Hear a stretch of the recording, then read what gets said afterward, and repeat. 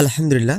আজকে এমন একটি আমলের কথা আপনাদেরকে জানাবো যে আমলটি করার সাথে সাথেই আপনার দোয়া কবুল হয়ে যাবে ইনশাআল্লাহ, যদি আল্লাহ চায়।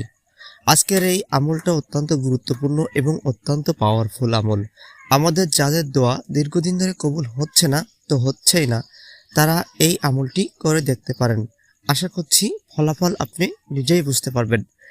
আমরা অনেক ক্ষেত্রে রাত্রে যখন ঘুমিয়ে যাই, তখন রাত্রে ঘুমের ভেতরে কিন্তু আমাদের আবারও ঘুম ভেঙে যায়। তো আমাদের নবীজি, প্রিয় নবী হজরতে মুহাম্মদ সাল্লাল্লাহু আলাইহি ওয়াসাল্লাম এই আমলটা করতেন। রাতে যখন ঘুমানোর পরে রাতে হঠাৎ যখন ঘুম ভেঙে যাবে, তখন আপনি এই দোয়াটা পড়বেন। তাহলে আপনার দোয়াটা ইনশাআল্লাহ কবুল হয়ে যাবে। দোয়াটি আমি বলে দিচ্ছি। রাতে হঠাৎ ঘুম ভেঙে যাওয়ার সাথে সাথে উঠে আপনি নামাজের কায়দায় বসবেন। নামাজের কায়দায় বসে আমি এখন যে 3টা দোয়া কথা বলবো, এই 3টা দোয়া আপনি পড়বেন। এটি কিন্তু নিয়মিত আমল করতে হবে এবং এটি কিন্তু অত্যন্ত পাওয়ারফুল এবং কার্যকারী। দোয়াটি হলো সুবহানাল্লাহ, আলহামদুলিল্লাহ, লা ইলাহা ইল্লাল্লাহু, আল্লাহু আকবার। এটি আপনারা 3 বার পড়বেন। লা হাওলা ওয়ালা কুওয়াতা ইল্লা বিল্লাহ, এটি আপনি 3 বার পড়বেন।